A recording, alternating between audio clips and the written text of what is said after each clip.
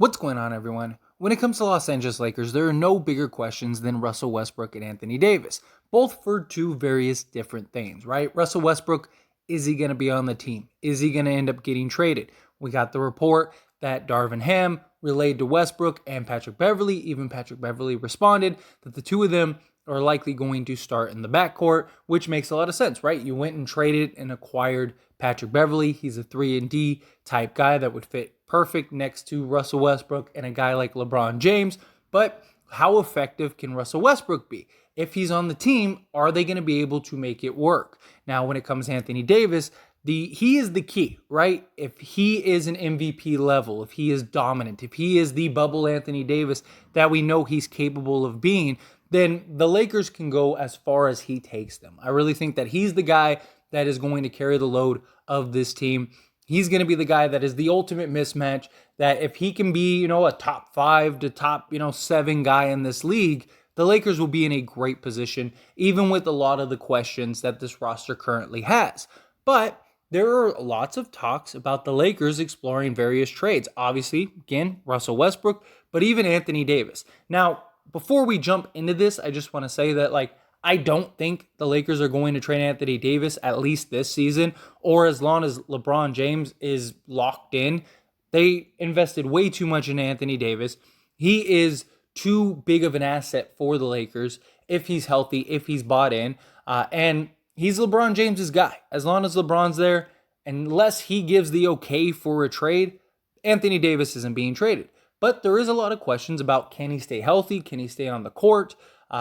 We see a lot of people throwing out, execs, right? Like the heavy reports and stuff like that of the Western Conference execs throwing out potential trades for Anthony Davis. One was to the Suns that we covered. And this would be in regards to both Westbrook and Davis potentially being traded. Now, Donovan Mitchell, right? The Utah Jazz. Big question with Donovan Mitchell. Where is he going to go? Well, Miami has been a suitor for quite some time. Miami is a team that would love to acquire Donovan Mitchell. Miami is a team that really could use the scoring of Donovan Mitchell. Problem is, they don't want to trade Bam. Guys like Tyler Hero is the only real assets that Miami truly has. And the Knicks, there's a lot of questions with the Knicks. Are the Knicks going to step back? Are they going to re-engage? RJ Barrett, they signed the extension on. So it's very possible that the Knicks could be completely taken out of the conversation for a Donovan Mitchell trade. So who's going to acquire Donovan Mitchell? And Miami's a place that has been linked for some time. Just like the Lakers, Miami is a team that every time a player is available, you're going to hear some conversation brought up about Miami trying to acquire that. Problem is, they don't have a lot of great draft picks. They don't have a lot of, great young talent that they could use and send to a team like the Utah Jazz. But Utah highly covets the Lakers based on reports that Danny Ainge really covets the Lakers' 27 and 29 picks. Miami has several picks that they could trade as well. So these two teams could get together and work out a 3-team deal with the Jazz to really put a nice little package together that could send out various assets to the Utah Jazz. Donovan Mitchell would go to the Miami Heat, as well as a guy like Anthony Davis. But what would the Lakers be getting in return? Well, what about Kyle Lowry, Bam, and Tyler Hero, right? Would that be something that would be sufficient enough for the Lakers? Now, obviously, they'd get some stuff from the Utah side. That wouldn't change. So you're talking maybe a Beasley, and also on top of Beasley, maybe you could get, a Bogdanovich, something along those lines. But you could have a Kyle Lowry, have Tyler Hero as your sixth man. Bam kind of replaces Anthony Davis and, kind of gives you that same versatility. You would be taking a bad contract in Kyle Lowry, but he's a guy that the Lakers wanted last season. If you could get, say, these 3 guys and then plus a Beasley and a Bogdanovich, that's a pretty good position to be in, right? You're basically getting 5 new guys to add to LeBron James that could really help and be as effective and as efficient. Now, again, I don't think these guys give you the same thing that Anthony Davis, when healthy, could give you. Again, I don't think the Lakers would make a trade for a guy like Anthony Davis, but I mean, you could do worse, right? And at some point, the Lakers are going to have to start looking at maybe potential trades for Anthony Davis, because LeBron's very likely only going to be here for 2, maybe 3 more seasons at the most. And that's when Anthony Davis expires. Do the Lakers try to rebuild around Anthony Davis? Is Anthony Davis really that number one option? Especially at that point, he'd be 30, and injury history, stuff like that. Where these guys, you'd have these 3 that you'd have for at least Bam, Tyler Hero. If you could get, like I said, a Beasley, you'd have a Beasley. So you basically have 3 young assets to kind of build around for your future, as well as kind of help you win now. I don't think this is the worst deal ever for the Lakers. And you might be thinking, why would Miami trade Bam? Well, because you're getting Anthony Davis and you're getting a Donovan Mitchell in the deal. Like, that is huge. Westbrook would go to the Utah Jazz, and so you would see Westbrook be the cap relief for them, and that way, like, the deal could work. I'm sure there'd be like little interchangeable pieces and stuff, but this would be basically the bulk of the trade. So basically, Lakers are sending Westbrook to the Jazz for, like I said, a Beasley and a Bogdanovich, sending Anthony Davis to Miami for a Bam, Tyler Hero, and Kyle Lowry type situation, type deal. And you get that scoring punch off the bench. You get that 6th man that could also potentially be your starting shooting guard. You'd still have guys like Patrick Beverley. You'd still have essentially the same team. All you're doing is moving off of Russell Westbrook and Anthony Davis, and you're bringing in, 4 to 5 guys that can kind of help you win now. Problem is that puts a lot more pressure on LeBron. But you have a starting 5, like I said, of like Kyle Lowry, Patrick Beverley, LeBron James, Bam, and maybe like a Thomas Bryant, something along those lines. That could really work out for you. And then you'd still have guys like Beasley and Bogdanovich. Kendrick Nunn may or may not have to be sent out on this deal, depending on like what the assets are you're getting in return. But you'd have all the guys you still have essentially, and you're basically adding 5 more rotation guys that are more proven and more standard. I mean, your defense would be great because you're essentially getting a lot of Miami's defensive guys, right? And you'd still have the scoring punch. You'd still have a lot. The Jazz, they get a bunch of first-round picks. They'd get, maybe a couple young guys here and there from maybe Miami. Maybe you throw in like a Vincent, something like that, or a Strus, or maybe both. Maybe get back a piece from Utah. Like I said, there's changeable parts, and that's the key here in this type of trade if it were to go down, if it was to happen this way. Now, also from Miami side, like I said, if you're Miami, this is a home run for you, right? Because you already have Jimmy Butler. You basically are creating a big 3 of Jimmy Butler, Anthony Davis, and Donovan Mitchell. You are one of the best teams in the league, hands down. If Anthony Davis is healthy, you get all the benefits of Anthony Davis. Donovan Mitchell is your go-to scorer, and you got Jimmy Butler. You'd be in a great position. Now, you can make the argument like the point guard situation and them trying to figure it out, but I'm pretty sure that team could figure it out. And if you're Miami, here's the thing about Miami, is that as great of a trade as this would be for Miami, they need to shake something up. Because if we're being honest, how good is Miami going to be next year, right? They lost a couple key pieces, but even then, they still got like their main core intact. But I think they're the 5th best team in the East. I think that, if you have a bought-in Brooklyn Nets team, you have Milwaukee.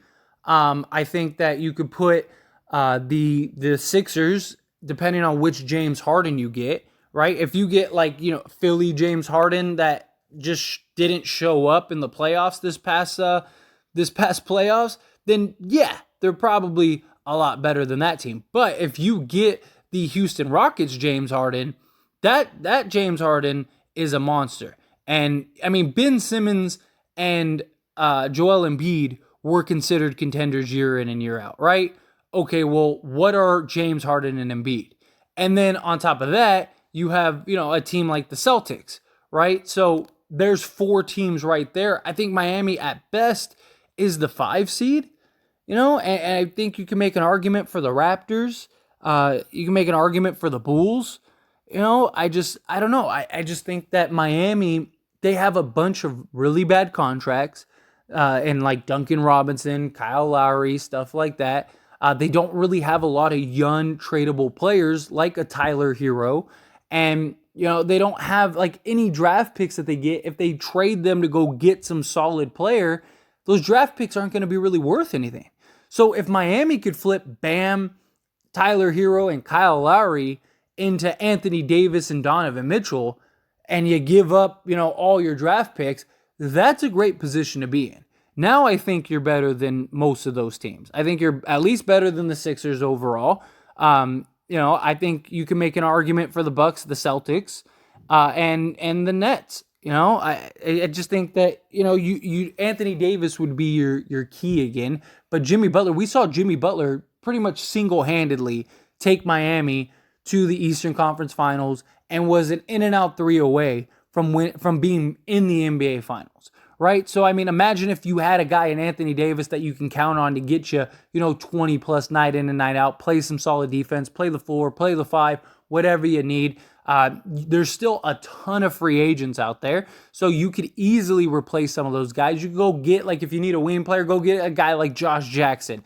You need a center, go get a DeMarcus Cousins or Hassan Whiteside, something like that. And then you could have Davis run the 4. Like, now you're good. Like, I just think that if you're Miami, this would be a great shakeup. I think Miami wins this trade more than anybody. I really do. I think Miami, they make out like bandits. You get Donovan Mitchell and you get Anthony Davis. That's a grand slam. Any team in the league would do that if they could.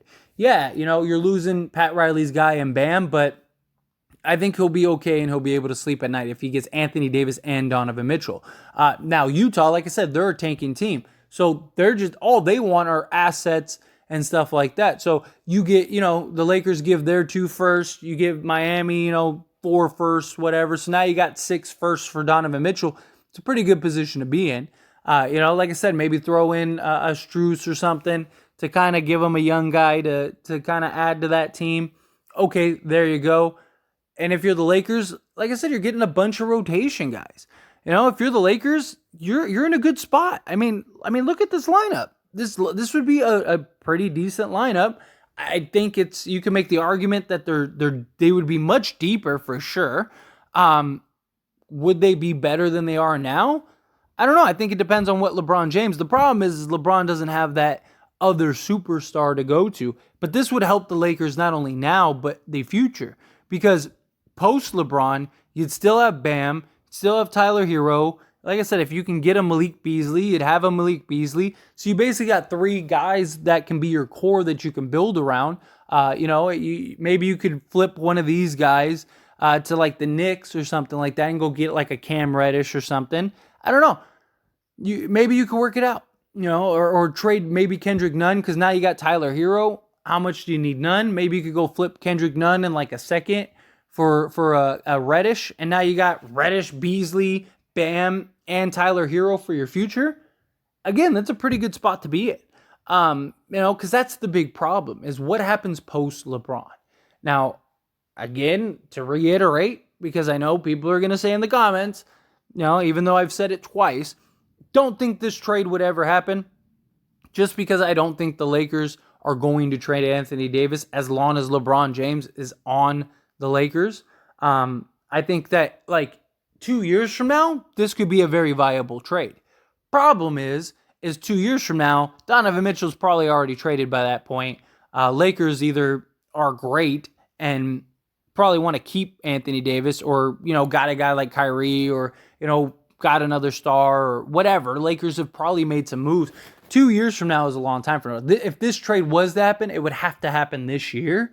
But I do think from a fairness standpoint, this is probably a fair trade all around because I think everybody gets what they want, right? Like the Jazz get their guy in Westbrook as salary relief. They get a bunch of assets to start the rebuild. They get the tank for Victor, so they're good.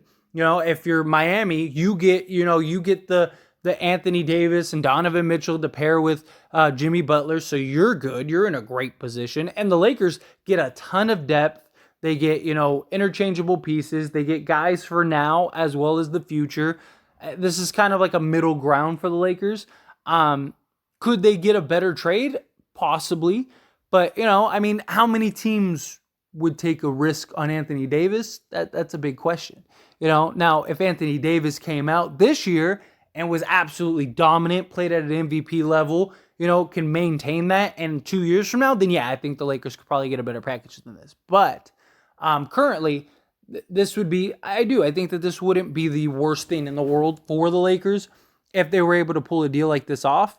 Because like I said, not only would you get these three, you probably get a Malik Beasley and a Bogdanovich. So you get your wing players, you get, your defensive-minded guards, you get your power forward, you get some youth, you keep the youth movement, stuff like that. You got players for your future, all of that stuff. Like, I think the Lakers would be in a good position this year and for the future. And I really think you could make an argument they would be just as good. If not, maybe even better. Because you'd have more guys that understand their role, know what they need to do, and, you don't have to try to figure it out. Like, most of these guys have played together. Patrick Beverley is an easy plug-and-play guy with any team. LeBron can fit with all these guys. He's going to probably be your pseudo point guard.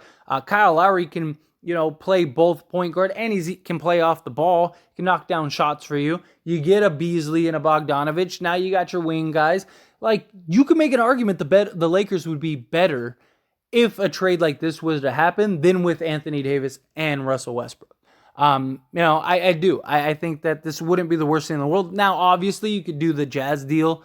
If Donovan Mitchell was to go to the Knicks, you could still get the Jazz pieces and keep Anthony Davis. So maybe you're not better if you could still get like half of this trade without having to give up Anthony Davis.